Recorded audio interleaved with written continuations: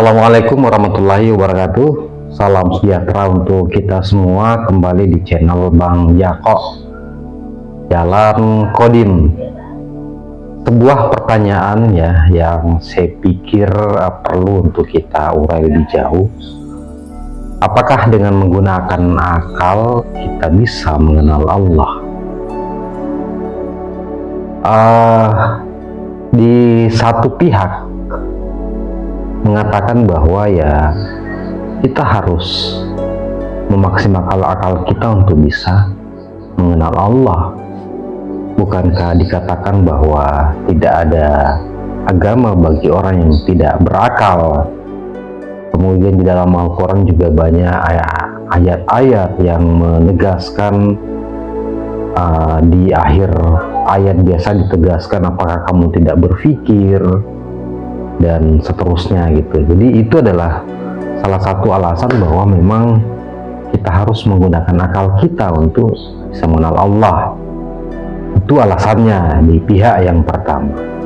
Tetapi ya pada kesempatan ini saya ingin menegaskan bahwa untuk mengenal Allah maka akal Anda harus dinonaktifkan. Ya, jadi ini versi channel Kodim. Dulu pun saya juga memahami bahwa akal adalah sesuatu yang diciptakan memang untuk bisa mengenal Allah. Tetapi saat ini saya memahami sebaliknya bahwa kalau ingin mengenal Allah, maka matikan fungsi akalmu. Ya, sederhana sebenarnya ya untuk menjelaskan hal ini. Di Asy-Syura ayat 11 dijelaskan bahwa Allah itu laisa kamitslihi syai'un. Ya, jadi dia sesuatu yang tidak bisa diserupakan. Dan dalam konten-konten saya sebelumnya selalu mengatakan bahwa Allah itu berada di alam Kodim. Dia adalah Sang Maha Kodim. Alam Kodim adalah sesuatu yang tidak terdeskripsi, tidak terdefinisi, dan tidak terjangkau. Dia adalah alam yang tidak terbatas. Dia adalah alam kemutlakan. Akal adalah sebuah instrumen yang masih berada di wilayah baharu. Dia merupakan pembaca virtual di alam dunia, alam jasmani. Ya, jadi bagaimana mungkin sesuatu yang berada di wilayah baharu bisa menjangkau sesuatu yang berada di alam kodim? Jadi itu adalah sebuah kemustahilan. Nah, sampai di mana sih sebenarnya batas akal? Jika Anda mengatakan bahwa dengan akal kita bisa memahami dan mengetahui bahwa Allah itu ada, it's okay ya. Nah, memang seperti itu dan harus seperti itu. Makanya kenapa dikatakan bahwa tidak sah agama seseorang jika dia tidak berakal. Ya karena dengan akal, dengan segala hal yang sifatnya menganalisa, mengetahui, memahami dan sebagainya itu harus menggunakan instrumen akal. Jadi untuk sampai kepada sebuah pemahaman bahwa Tuhan itu ada, Allah itu maha meliputi dan sebagainya, ya kita wajib menggunakan akal. Makanya juga dikatakan bahwa agama itu ilmiah. Ya, ilmiah dalam artian bahwa segala sesuatunya itu bisa kita pahami secara ilmiah. Ya, termasuk statement yang mengatakan bahwa Tuhan yang berada di alam kodim, Tuhan yang berada di alam kemutlakan itu tidak bisa digapai dengan akal. Statement ini pun harus kita pahami dengan menggunakan akal. Ya, jadi sebuah pemahaman, sebuah pengetahuan itu mau tidak mau tetap harus menggunakan instrumen akal. Jadi misalnya membuktikan keberadaan akal, keberadaan Allah. Itu yang disebut dengan dalil akli, ya. Jadi contohnya begini, bahwa segala sesuatu pasti ada penciptanya. Itu adalah sebuah pernyataan yang untuk bisa sampai kepada pemahaman itu harus menggunakan akal. Nah, di situ ada yang disebut dengan teori kausalitas, sebab akibat, ya. Kemudian ya hukum-hukum logika, hukum-hukum berpikir. Itu semua nanti akan membawa kita pada sebuah kesimpulan bahwa segala sesuatu pasti ada penciptanya, ya. Nah, disitulah wilayah-wilayah akal, disitulah dia bekerja. Jadi dengan akal kita kemudian bisa menemukan keberadaan Tuhan, itu pasti. Jadi tetap harus menggunakan akal karena itu adalah wilayah baharu dalam hal-hal yang terkait dengan pemahaman, pengetahuan, termasuk tentang pengetahuan tentang Allah, ya, ketuhanan dan sebagainya, itu berada di wilayah baharu. Tetapi kalau terkait dengan persoalan pengenalan akan Allah, kemudian merasakan keberadaan Allah, ya, nah itu akalmu harus kau matikan, karena kamu akan memasuki sebuah alam yang disebut dengan alam qadim, alam akhirat, alam kemutlakan. Nah, di situ instrumen akal sudah tergantikan dengan instrumen lain, gitu. Jadi di situ dia tidak akan berfungsi. Justru kalau kita memaksimalkan akal kita pada wilayah-wilayah tersebut, maka itu akan menjadi hijab. Makanya ya guru saya selalu mengatakan bahwa jika kamu ingin belajar tentang ilmu mengenal Allah, maka potong kepalamu, simpan di lemari kulkas, ya. Itu adalah sebuah bahasa kiasan bahwa jangan menggunakan akalmu. Makanya dalam literatur tasawuf atau sufi itu, ya, itu selalu ada ya istilah dengan ketaatan kepada guru pembimbing, ya. Dan termasuk di Al-Quran pun atau hadis selalu ditekankan yang namanya sami'na wa ata'na, gitu. Patuh, tunduk, dan terpimpin. Ya, di situ terkadang ya kita sudah tidak menggunakan akal lagi. Misalnya ada sebuah perintah yang bertentangan dengan akal, ya, yang mau tidak mau ya kita tidak menggunakan akal kita untuk melaksanakan perintah itu, ya. Nah, mungkin ada yang bertanya, oh kok bisa sampai segitunya, gitu. Nah, iya, memang artinya untuk kamu bisa memahami yang namanya ketundukan, kepatuhan kepada guru, kamu harus menggunakan akalmu, ya. Jadi dengan akal kita bisa memahami bagaimana pentingnya atau keutamaan dari yang namanya sami'na wa ta'na kepada guru, ya. Paham maksudnya, ya? Jadi sebelum kita masuk kepada ketundukan tadi, ketaatan tadi, itu tentu diawali dengan sebuah pemahaman dan pengetahuan yang menggunakan akal, bahwa untuk sampai atau bisa mengenal Allah, ya kamu harus tidak menggunakan akalmu. Tetapi untuk sampai kepada pemahaman ini kita harus menggunakan akal, ya. Paham maksudnya, ya? Nggak bingung, ya? Jadi batas-batas akal itu adalah dia memberikan kita pemahaman bahwa kita harus tunduk dan patuh kepada guru pembimbing kita. Kita tidak akan bisa melakukan praktek kepatuhan ini atau ketaatan ini ketika kita tidak memahami bahwa itu harus kita lakukan. Untuk memahami itu kita harus menggunakan akal. Jadi akal itu hanya sampai kepada bagaimana memahamkan kita, membuat kita yakin apa yang akan kita lakukan, ya. Nah, contohnya begini, ketika kita ingin melompat kepada sebuah jurang misalnya, ya. Nah, dengan akal kita kemudian kita mencoba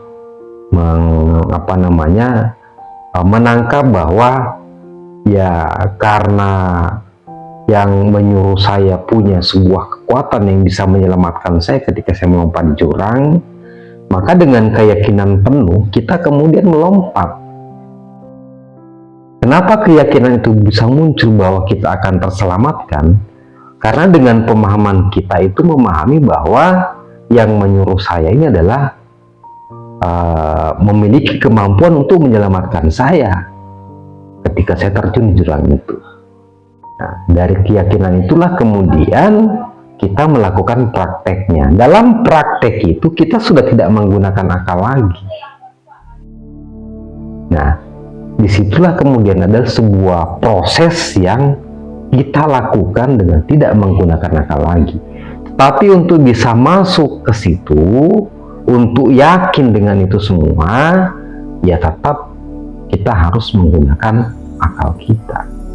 Jadi itulah batas-batas akal, ya. Nah, termasuk yang saya katakan tadi bahwa untuk sampai kepada kesimpulan bahwa Tuhan itu ada, ya tentu kita menggunakan dalil akal. Termasuk untuk sampai kepada sebuah pemahaman bahwa kita harus patuh, tunduk, dan taat pada seorang guru ketika kita melakukan perjalanan rohani, itu pun juga dipahami lewat akal. Tetapi untuk prakteknya kita harus melepaskan akal. Nah termasuk saya bilang ketika dikatakan bahwa dunia akhirat itu adalah sekarang atau saat ini. Nah, untuk mencerna pernyataan ini ya kita harus menggunakan akal, ya. Dengan analisa akal kita bisa menemukan bahwa memang akhirat itu adalah sekarang, karena akhirat itu adalah alam qadim, ya, alam kekal. Yang namanya kekekalan berarti dia sudah ada sebelumnya, sekarang, dan yang akan datang. Yaitu kan hukum-hukum akal gitu, hukum-hukum logika, hukum-hukum berpikir. Kalau akhirat itu sudah ada dari dulu, dia adalah alam kekekalan. Yang namanya kekekalan berarti dia tidak terbatas pada ruang dan waktu, berarti dia bisa ada di sebelumnya, sekarang, dan yang akan datang. Berarti kalau kita mengatakan bahwa akhirat itu saat ini, berarti adalah sesuatu yang masuk di akal.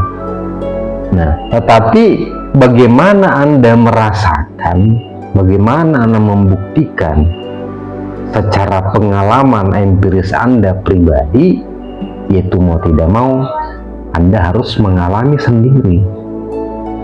Nah, untuk mengalami sendiri, nah disitulah saya katakan bahwa jangan gunakan akalmu, karena sebelum kau mengambil keputusan untuk melakukan perjalanan rohani, menapaki jalan qadim, di situ akalmu sudah mengatakan dan meyakinkanmu bahwa ya kamu harus melakukan itu. Jadi itulah batas-batas akal gitu. Oke, jadi sekali lagi saya pertegas bahwa untuk mengambil sebuah kesimpulan bahwa Tuhan itu ada, tetap kamu harus menggunakan akalmu. Tetapi untuk mengenal Allah, ya, untuk bermakrifat, untuk masuk kepada alam akhirat, untuk menapaki jalan qadim, kamu harus menonaktifkan akalmu. Itu ketika kamu dalam menapaki jalan qadim itu. Tetapi untuk kamu bisa sampai pada sebuah keputusan bahwa kamu harus menapaki jalan qadim, kamu harus memaksimalkan akalmu. Ya, jadi dengan akal itulah yang kemudian mengantarkan kita kepada pintu gerbang untuk masuk kepada jalan qadim. Tetapi ketika kamu sudah menapaki jalan qadim itu, maka jangan pernah menggunakan akalmu, karena itu akan menjadi hijab bagimu. Alam ketuhanan alam qadim, alam akhirat, alam rohani adalah sebuah alam yang tidak terdefinisi, tidak terdeskripsi, tidak terbatas. Dia adalah alam kemutlakan. Makanya segala instrumen-instrumen yang sifatnya jasmani, fisik, baharu itu tidak bisa bekerja di situ.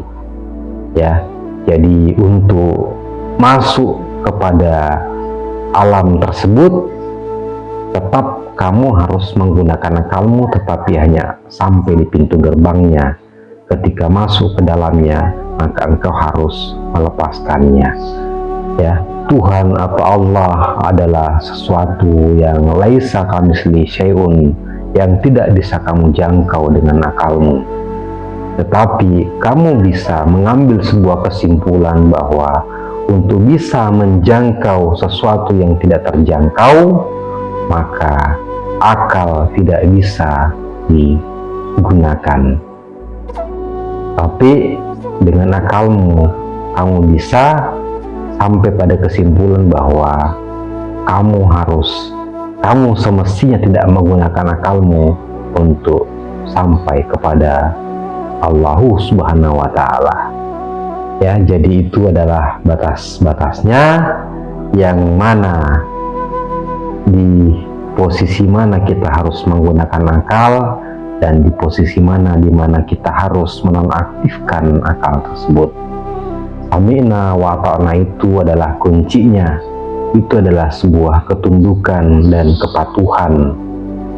Ketundukan dan kepatuhan itu artinya bahwa bukan lagi akal kita yang memberikan penilaian terhadap sebuah perintah, tetapi di hadapan guru kita tidak punya hak sama sekali. Yang ada adalah kewajiban. Itulah cara dan jalan untuk kita bisa menapaki jalan qadim dengan mulus. Karena dari ketaatan dan kepatuhan itulah yang bisa memunculkan yang namanya syafaat.